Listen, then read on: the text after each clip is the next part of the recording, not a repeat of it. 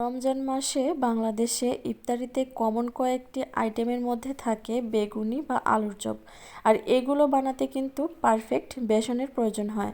আর এই বেসনগুলো যখন বাজার থেকে কিনে আনা হয় অনেক সময় বেসনগুলো অস্বাস্থ্যকর পরিবেশে তৈরি করা হয়, সেজন্য খেতেও ভালো লাগে না আর বেগুনিগুলো পারফেক্ট হয় না। আজকে দেখাবো কিভাবে খুব সহজ পদ্ধতিতে বাসায় আপনারা মাত্র 2 থেকে 3টি উপকরণ ব্যবহার করে বেসন তৈরি করতে পারবেন, আর তার সাথে বেগুনের রেসিপিও আপনাদের সাথে শেয়ার করব। একবার বানিয়ে সারা বছরের জন্য সংরক্ষণ করেও রাখতে পারবেন।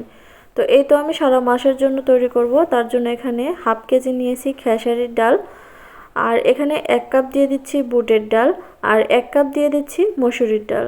এখন এই ডালগুলোকে খুব ভালো করে ধুয়ে নিতে হবে। 3 থেকে 4 বার পানি পাল্টিয়ে এটাকে ধুয়ে নিতে হবে, যাতে করে এর গায়ে কোনো রকম ময়লা না থাকে।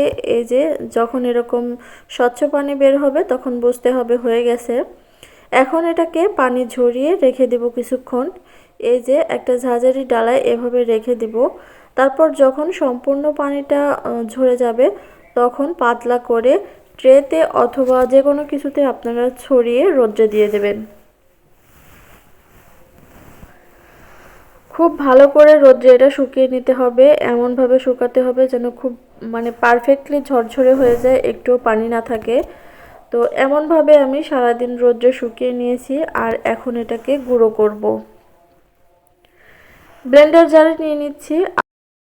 এখন এটাকে ব্লেন্ডার করে নিয়েছি, দেখতেই পারছেন। এটাকে খুব মিহি করে ব্লেন্ডার করতে হবে, আর একটা চালনি দিয়ে চেলে অবশিষ্ট যতটুকু বাকি থাকবে ততটুকু আবার ব্লেন্ডার জারে দিয়ে আবারও ব্লেন্ডার করে নিতে হবে।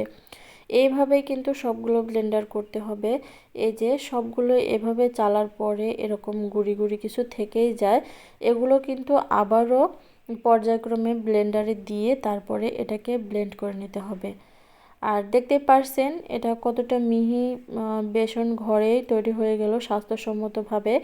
এর জন্য আর বাহির থেকে এখন থেকে আর কিনবেন না, ঘরেই তৈরি করবেন। আর বাহিরে কিন্তু অনেক ভেজালযুক্ত বেসন পাওয়া যায়, অনেক ময়লা আবর্জনা থাকে ওর মধ্যে। তো চলুন এখন এই বেসন দিয়ে আপনাদেরকে বেগুনি তৈরি করে দেখাই। এখানে বেগুনিটা লম্বা লম্বা করে কেটে নিয়েছি, দেখতেই পারছেন। এটাকে আমি পরিষ্কার পানিতে ভালো করে ধুয়ে নেব। ধুয়ে দেখতেই পারছেন পানি ঝরিয়ে নিয়েছি, আর এখন একটু দিয়ে দিচ্ছি লবণ। লবণটা দিয়ে দিলে বেগুনিটা খেতে পানসে লাগে না। তো এখন বেসনের গলাটা রেডি করব। তার জন্য এখানে বেসন নিয়ে নিচ্ছি পরিমাণ মতো, আর সামান্য পরিমাণে চালের গুঁড়া দিয়েছি। এটা অপশনাল, তবে দিলে একটু মুসমুসে হয়, বেশিক্ষণ ধরে মুসমুসে থাকে। এটা কিন্তু একটা টিপস। তো এখানে হলুদের গুঁড়া, মরিচের গুঁড়া, তারপর জিরে গুঁড়া, আদা বাটা, এগুলো একটু দিয়ে দিলাম। তা আদা বাটা অপশনাল, আপনারা চাইলে দিতে পারেন, নাও দিতে পারেন। তো এখানে নর্মাল টেম্পারেচারে থাকা পানি দিয়ে একটা ব্যাটার তৈরি করে নেব। এখানে আমি ক্রিস্পি হওয়ার জন্য চালের গুঁড়োটা ব্যবহার করেছি।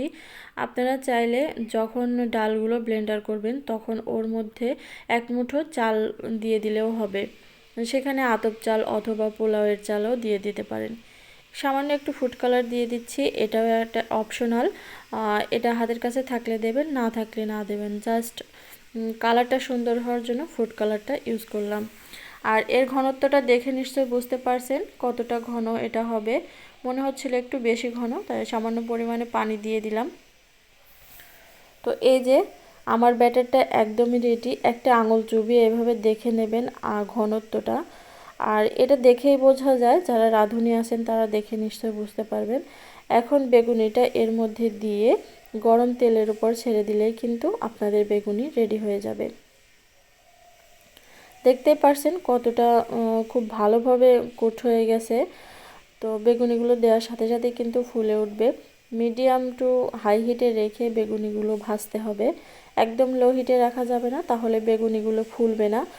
আর তেলও বেশি বেগুনির গায়ে লেগে যাবে, আর খেতে একদমই ভালো লাগবে না। তো এভাবে উল্টে পাল্টে ভেজে নেবেন। বাড়িতে তৈরি স্বাস্থ্যসম্মত বেসন দিয়ে স্বাস্থ্যসম্মতভাবে বেগুনি বানিয়ে আপনারা ইফতারিতে পরিবেশন করবেন, তাহলে দেখবেন স্বাস্থ্যের জন্যও খুবই ভালো।